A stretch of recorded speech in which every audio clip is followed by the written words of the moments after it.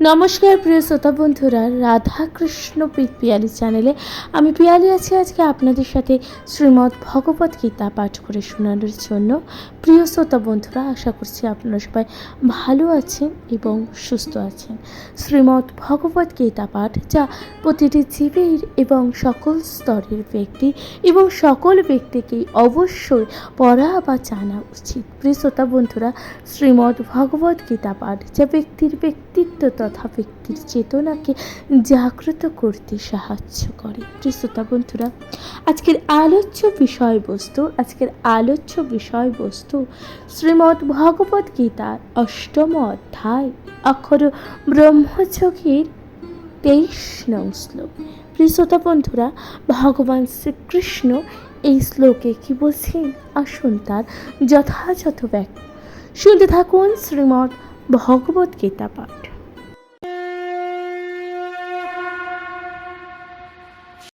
নমস্কার প্রিয় শ্রোতা বন্ধুরা, শ্রীমদ্ ভগবত গীতার ৮ম অধ্যায় অক্ষর ব্রহ্মযোগের ২৩ নং শ্লোকে ভগবান কি বলছেন, ভগবান শ্রীকৃষ্ণ বলছেন, ইয়াত্র কালে তনাবৃত্তিম অবিদ্রিং চৈব যোগেন প্রয়াতা জানতি তং কালং ব্রহ্মামি ভারতবর্ষ। প্রিয় শ্রোতা বন্ধুরা, এই যে ভগবান শ্রীকৃষ্ণ, ভগবান যে বললেন এই শ্লোকের অনুপাতে কি বলছেন, ভগবান বলছেন, হে ভারত শ্রেষ্ঠ, যে কালে মৃত্যু হলে যোগীরা এই জগতের প্রত্যাবর্তন করেন বা করেন না, সে কালের কথা আমি তোমাকে বলবো। অর্থাৎ ভগবান অর্জুনকে বলছেন, যে কালে মৃত্যু হলে এই যে যোগীরা এই জগতে প্রত্যাবর্তন করেন আবার করেনও না, সে কালের কথা আজ আমি তোমাদের বলবো। প্রিয় শ্রোতা বন্ধুরা, ভগবান শ্রীকৃষ্ণ তাৎপর্য কি বলছেন,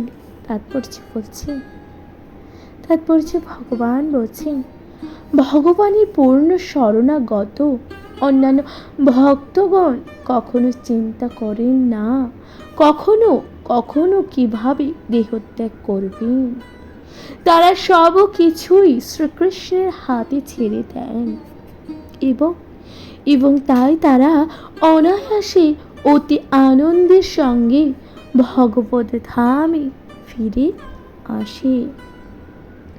প্রিয় শ্রোতা বন্ধুরা, দেখুন ভগবান বলছেন ভগবানের চাই সকল মানুষ পূর্ণ শরণাগত, অর্থাৎ ভগবানকে যারা নিজের অন্তরাত্মা দিয়ে মেনেছেন বা ভালোবাসেন, সেই সকল ব্যক্তি কিভাবে দেহত্যাগ করবে তা তারা কখনোই ভাবেনি না।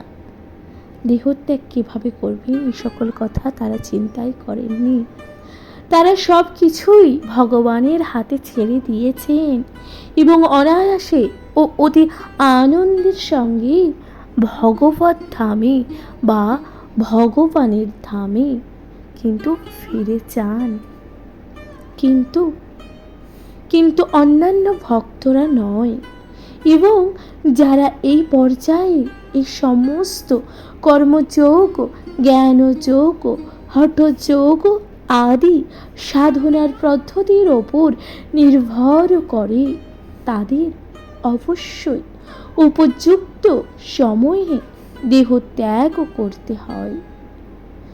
জন্ম মৃত্যু সংসারে ফিরে আসা বা না আসার বিষয় সুনিশ্চিত হবার জন্য ভগবান বলছেন যে দেখুন, যারা অন্যান্য ভক্ত, যে সকল ব্যক্তি অন্যান্য ভক্ত নয়, যারা এই সমস্ত যে কর্মযোগ, জ্ঞানযোগ ও হঠযোগ ইত্যাদি আদি সাধনার পদ্ধতির ওপর নির্ভর কিন্তু করে, তারা অবশ্যই উপযুক্ত সময় দেহত্যাগ করতে হয়। তাদেরকে উপযুক্ত সময়ে দেহত্যাগ করতে হয় এবং আবারও এই যে জন্ম মৃত্যু সংসারে ফিরে আসা বা না আসার বিষয়ে তারা সুনিশ্চিত হবার জন্যে।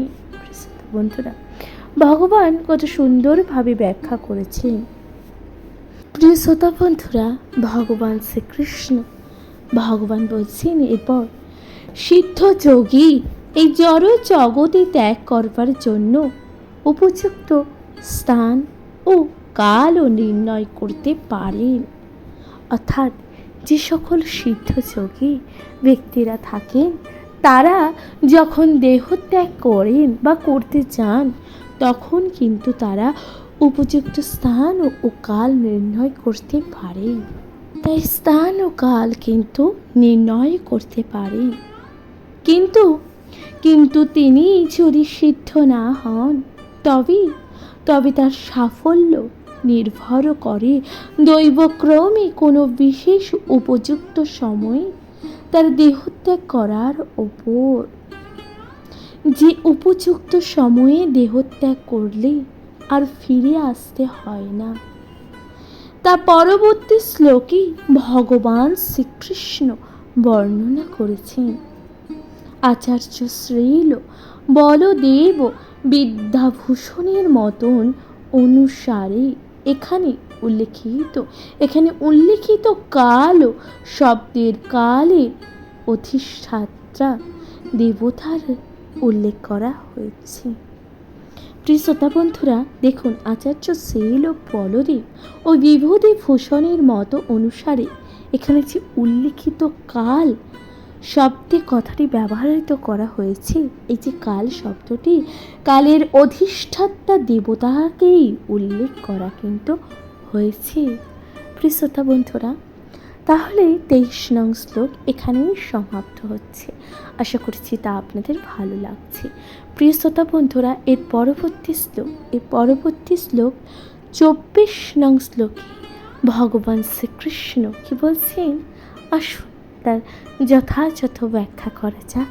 শুনতে থাকুন শ্রীমদ্ ভগবত গীতা পাঠ।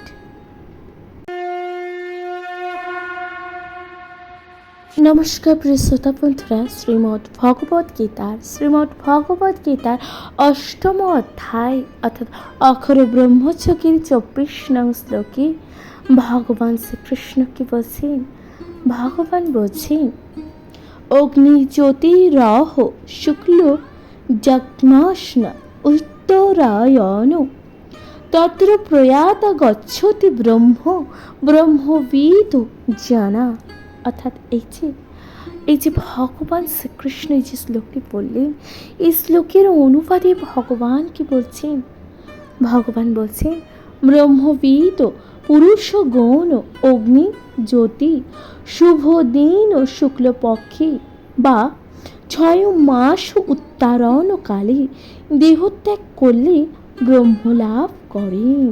অর্থাৎ এই যে ব্রহ্মলাভ কখন কিভাবে করে, এই সম্বন্ধে ভগবান বলছেন যে ব্রহ্মবিদ ও পুরুষগণ, অর্থাৎ যে সকল মানুষ সিদ্ধ লাভ করেছেন, এই যে সকল পুরুষ অগ্নি জ্যোতি এবং শুভ দিন তথা শুভ লগ্নে বা 6 মাস উত্তারণকালে দেহত্যাগ করলে তারা কিন্তু ব্রহ্মলাভ করতে পারে। প্রিয় শ্রোতা বন্ধুরা, এই তাৎপর্যে ভগবান কি বলছেন? ভগবান বলছেন, অগ্নি জ্যোতি দিন ও পক্ষ আদি উল্লেখ থেকে জানা যায় যে এই সব কিছুর বিশেষ অধিষ্ঠাতা দেবতা আছেন, যারা আত্মার গতিপথ নিয়ন্ত্রণ করেন। মৃত্যুর সময় মন জীবাত্মাকে নবজীবনী পথে এগিয়ে নিয়ে যায়। দৈবক্রমে অথবা সাধনার প্রভাবে এই শ্লোকে বর্ণিত সময়ে দেহত্যাগ করলে নির্বিশেষ ব্রহ্মজ্যোতি প্রাপ্ত হওয়া যায়। উত্তম যোগী তার ইচ্ছা অনুসারে কোনো বিশেষ স্থানে কোনো বিশেষ সময়ে দেহত্যাগ করতে পারেন এবং অন্য কোনো মানুষের সেই রকম নিয়ন্ত্রণের সামর্থ্যই নেই। দৈবক্রমে শুভ মুহূর্ত যদি কারোর দেহত্যাগ হয়, তবে তবে সে জন্ম মৃত্যুর চক্রে পুনরাগমন করবে না, নতুবা তার এই জগতে ফিরে আসার যথেষ্ট সম্ভাবনা থাকে। তবে তবে কৃষ্ণ ভাবনাময় শুদ্ধ ভক্ত দ্রৈবক্রমে অথবা স্বেচ্ছায়, শুভ অথবা অশুভ, যে সময় দেহত্যাগ করুক না কেন, তার কখনোই পুনরাগমনের আকাঙ্ক্ষা কিন্তু থাকে না। শ্রোতা বন্ধুরা, এই যে ভগবান বলছেন, ভগবান শ্রীকৃষ্ণ কি বলছেন দেখুন, যে কিছু কিছু সময় যখন জড়দেহ ব্যক্তি ত্যাগ করে যায়, সে ব্যক্তি পুনর্জন্ম নেবে কি নেবে না তা কিন্তু নির্ভর করে সেই সময়, সেই গ্রহ নক্ষত্রের ওপর। কিন্তু যে সকল মানুষ কৃষ্ণ ভক্ত হন, যে সকল মানুষ কৃষ্ণ ভক্ত হন, তাদের কিন্তু এই যে জন্ম মৃত্যুর চক্রে তাদেরকে কখনোই পড়তে হয় না। তাই ভগবান বলছেন যে কৃষ্ণ ভক্ত মানুষদের কখনোই সে দৈবক্রমে এবং শুভ অশুভ যেভাবেই তাদের মৃত্যু হোক না কেন, বা যেভাবেই তারা দেহ ত্যাগ করুক না কেন, তাদের পুনরায় আর নতুন করে দেহ ধারণ করতে হয় না। এই জন্ম মৃত্যুর বন্ধনে তাদেরকে পুনরায় আবদ্ধ হতে হয় না। ভগবান কত সুন্দরভাবে তার ব্যাখ্যা করেছেন শ্রোতা বন্ধুরা, আশা করছি তা আপনাদের ভালো লাগছে। এর পরবর্তী শ্লোক অর্থাৎ 25 নং শ্লোকে ভগবান শ্রীকৃষ্ণ কি বলছেন, আসুন তার যথাযথ ব্যাখ্যা করা যাক। শ্রোতা বন্ধুরা, শুনতে থাকুন 25 নং শ্লোক। অবশ্যই আপনাদের মূল্যবান মতামত দিয়ে জানাতে ভুলে যাবেন না।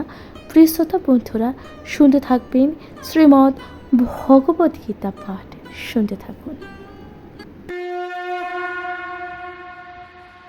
নমস্কার প্রিয় শ্রোতা বন্ধুরা, শ্রীমদ্ ভগবত গীতার 8ম অধ্যায় অক্ষর ব্রহ্মযোগের 25 নং শ্লোকে ভগবান কি বলছেন, ভগবান শ্রীকৃষ্ণ বলছেন, ধূম রাত্রিস্তথা কৃষ্ণ জগমাগ্ম দক্ষিণায়ন তত্র চন্দ্রাসমসং জ্যোতির্ম যোগী প্রাপ্য নিবর্ততে।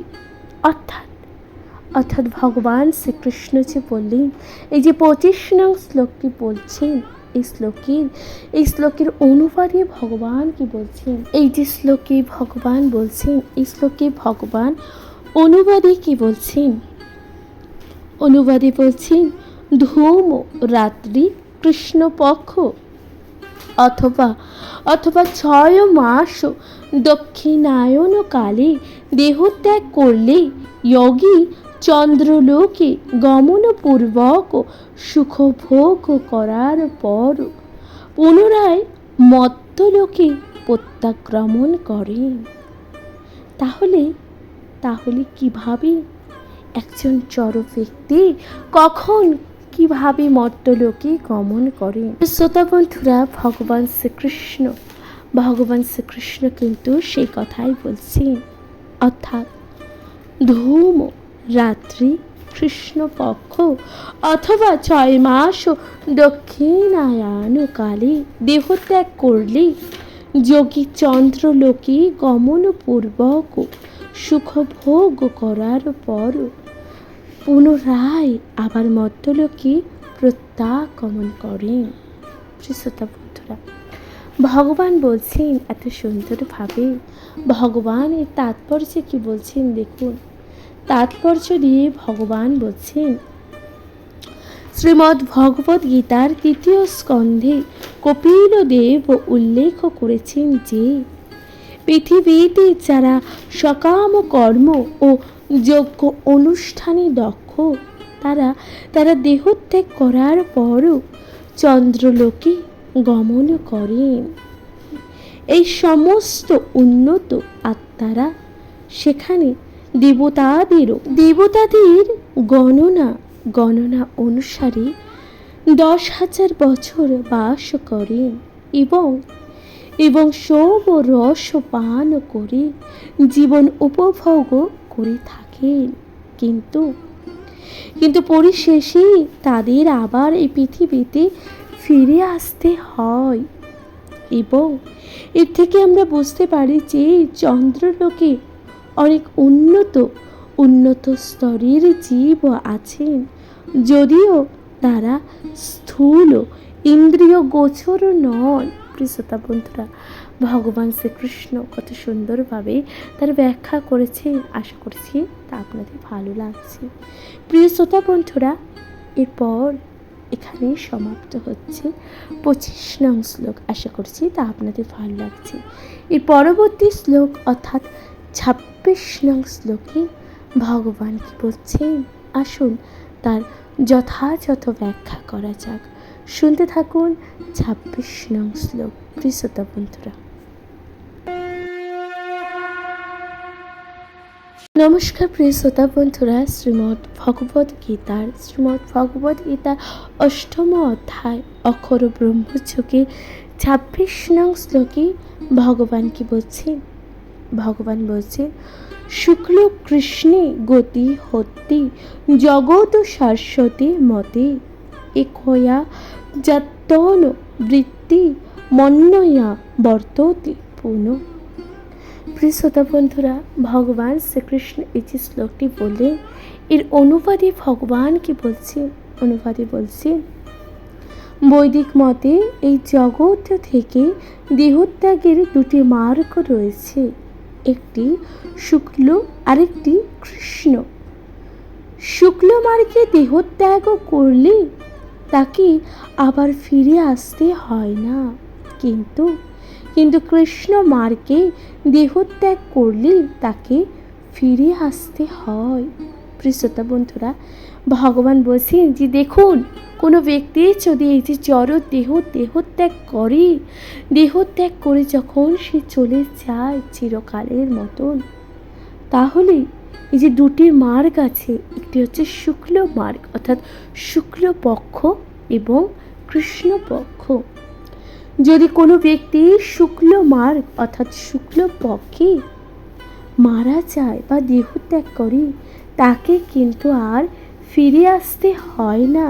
কিন্তু কোনো মানুষ যদি কৃষ্ণপক্ষ অর্থাৎ কৃষ্ণ মার্গে দেহত্যাগ করে, তাকে পুনরায় ফিরে আসতে হয়। প্রিয় শ্রোতা বন্ধুরা, ভগবান শ্রীকৃষ্ণ বলছেন, ভগবান কত সুন্দরভাবে তার ব্যাখ্যা করেছেন। আশা করছি তা আপনাদের ভালো লাগছে। প্রিয় শ্রোতা বন্ধুরা, শ্রীমদ্ ভগবদ গীতা পাঠ তাহলে এখানেই সমাপ্ত হচ্ছে। 26 নং শ্লোক, আশা করছি তা আপনাদের ভালো লাগছে। এই পরবর্তী শ্লোক অর্থাৎ 27 নং শ্লোকে ভগবান কি বলছেন, আসুন তার যথাযথ ব্যাখ্যা করা যাক। শুনতে থাকুন শ্রীমদ্ ভগবদ গীতার 27 নং শ্লোক।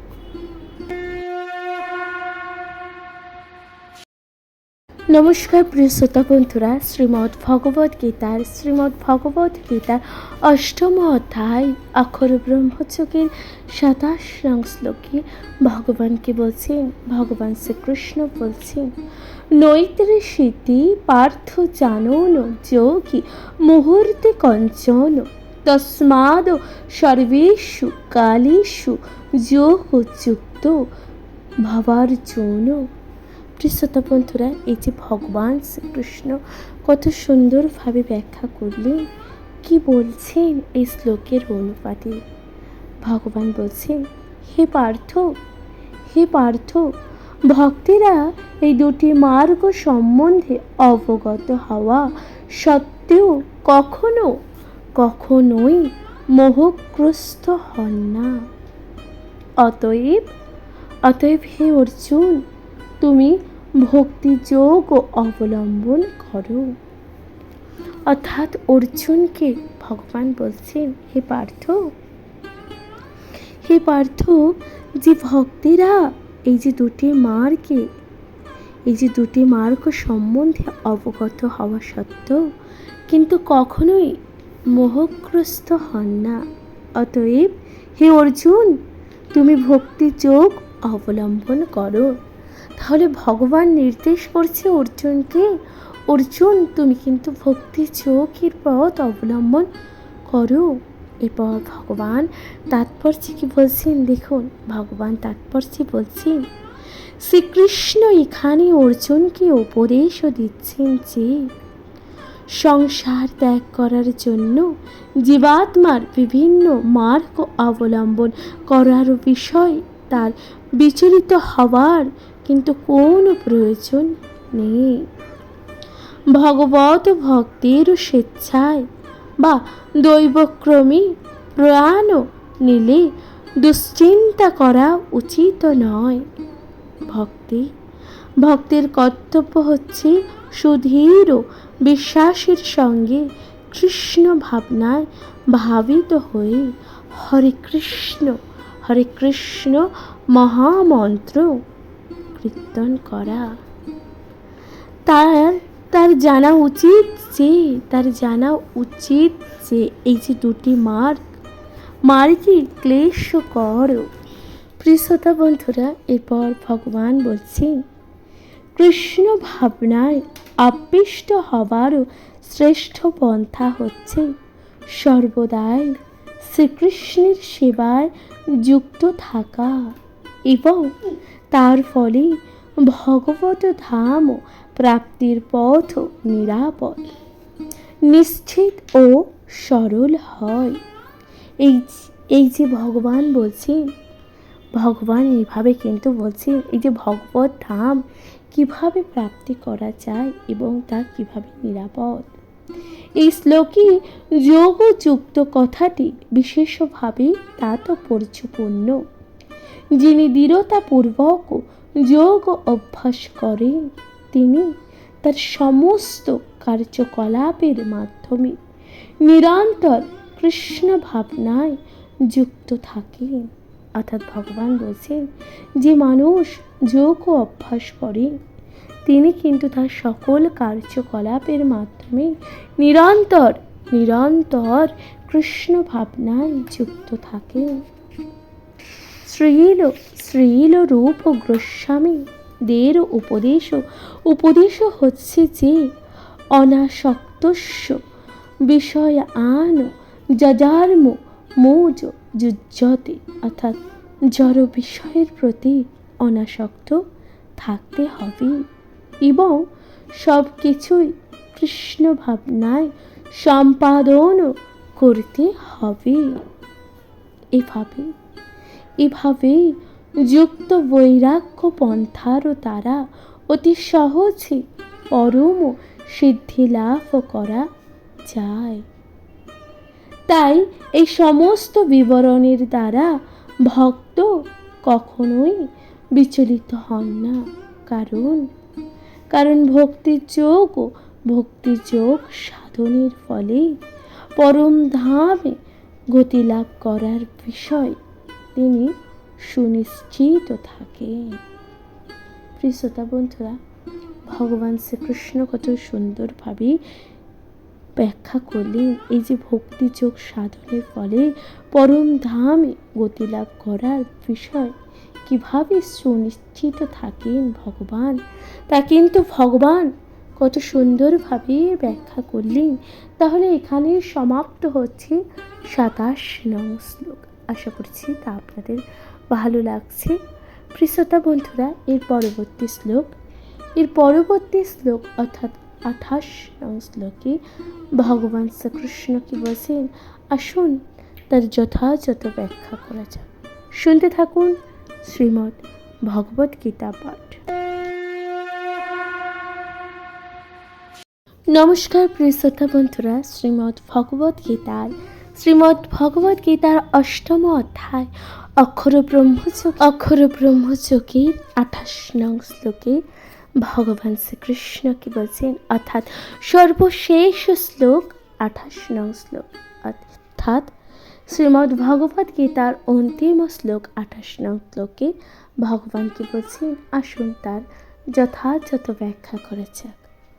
ভগবান বলছেন, বিদেষু যজ্ঞেষু তপস্যু চৈব দানেষু ইয়াত পূর্ণ ফলং প্রদিষ্ঠোত্ম তত্ত্বতি তত সর্বমিদং বিদিত্তা যোগী পরম স্থানম উপৈতি চাত্তম।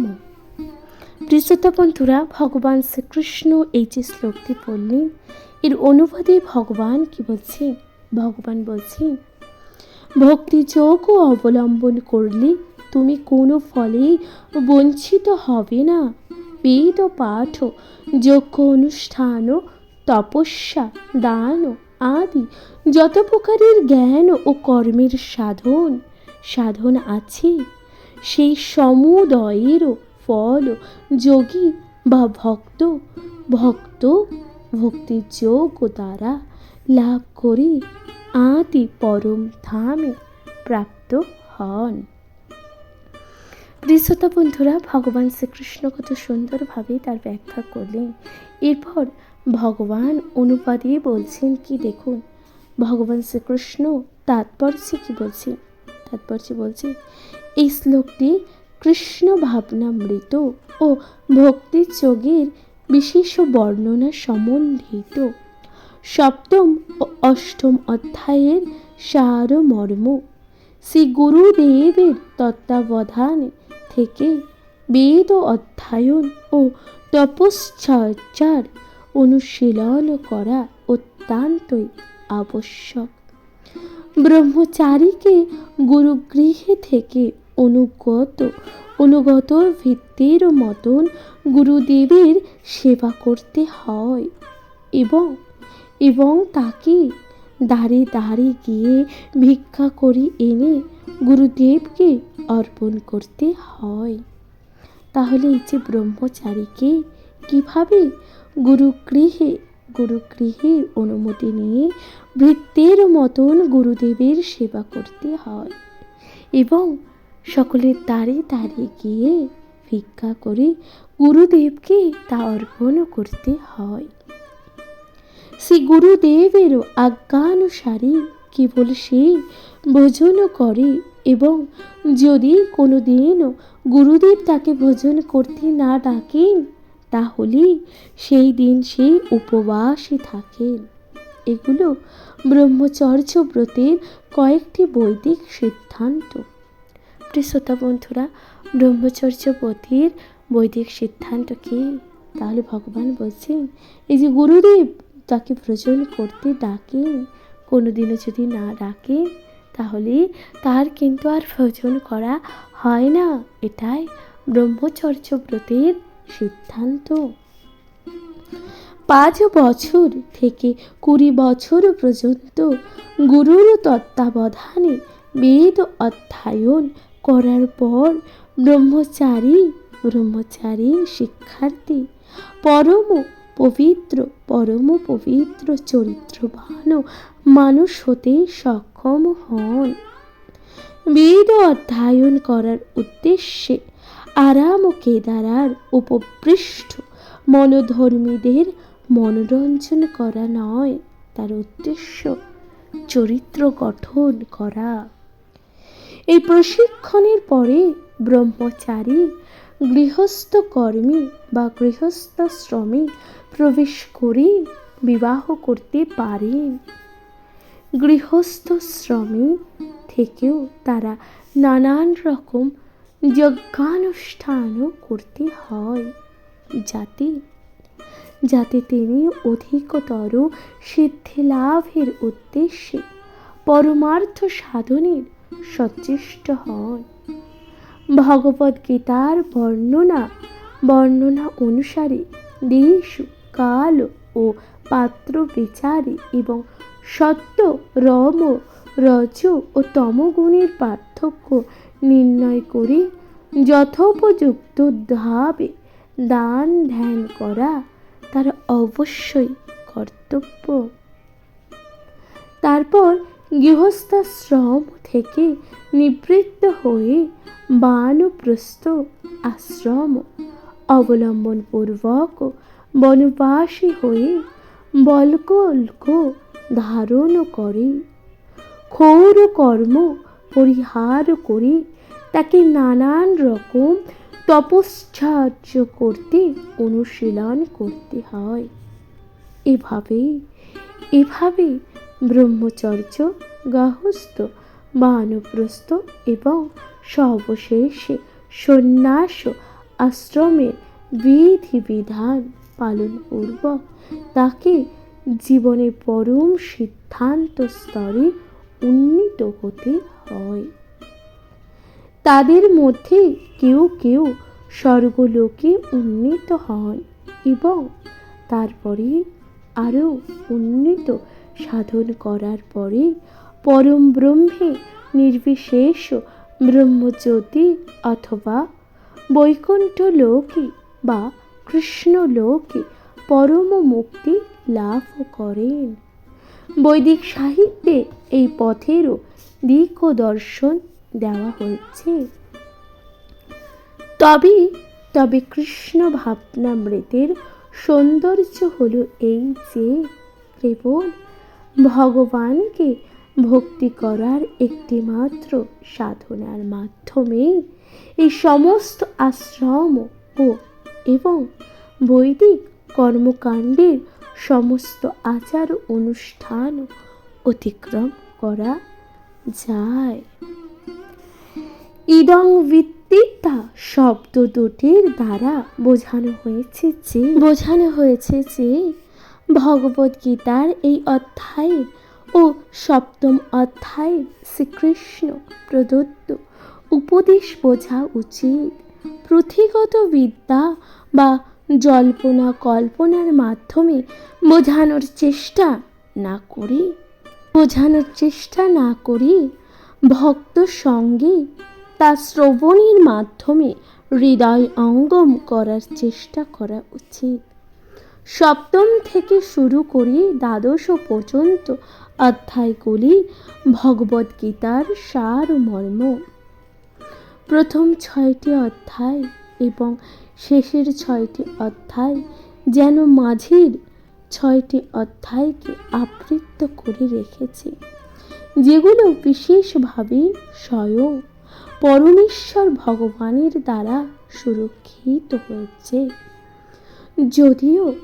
যদিও কোনো ভাগ্যবান ভক্ত সঙ্গে ভগবদ্গীতার বিশেষ করে মাঝখানের এই সপ্তম এই যে 6টি অধ্যায়ের তত্ত্ব যথার্থভাবে হৃদয়ঙ্গম করতে পারেন, তাহলে তার সমস্ত জীবন তপ, যজ্ঞ, দান, ধ্যান, মনোধর্ম আদির ঊর্ধ্বে দিব্যকীর্তির দ্বারা গৌরবান্বিত হয়। কেননা শুধুমাত্র কৃষ্ণ ভাবনার মাধ্যমেই তিনি এই সকল কর্মের সুফল অর্জন করতে পারেন। ভগবদ্গীতার প্রতি যার কিছুমাত্র বিশ্বাস আছে, তার কোনো কৃষ্ণ ভক্তির উপায় থেকে ভগবদ্গীতার শিক্ষা গ্রহণ করা উচিত। কারণ চতুর্থ অধ্যায়ে প্রারম্ভে স্পষ্টভাবে বলা হয়েছে যে শ্রীমদ্ ভগবদ্গীতার তত্ত্ব জ্ঞান কেবল ভক্তরাই উপলব্ধি করতে পারে, অন্য কেউ যথাযথভাবে এই ভগবদ্গীতার উদ্দেশ্য বুঝতে পারেন না। তাই মনোধর্মীদের কাছ থেকে ভগবদ্গীতার ব্যাখ্যা না শুনে কোনো কৃষ্ণ ভক্তের কাছ থেকে শোনা উচিত।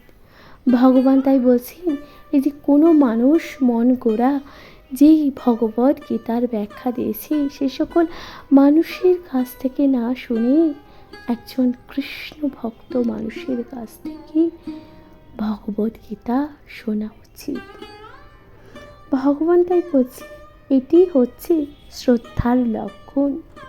কেউ যখন ভক্তের সন্ধান করতে থাকে এবং সৌভাগ্যক্রমে কখনো কোনো ভক্তের সান্নিধ্য লাভ করতে অক্ষম বা সক্ষম হয়, তখন তার পক্ষে যথাযথভাবে ভগবদ্গীতার অধ্যয়ন ও উপলব্ধির সার্থক প্রচেষ্টার সূচনা হয়।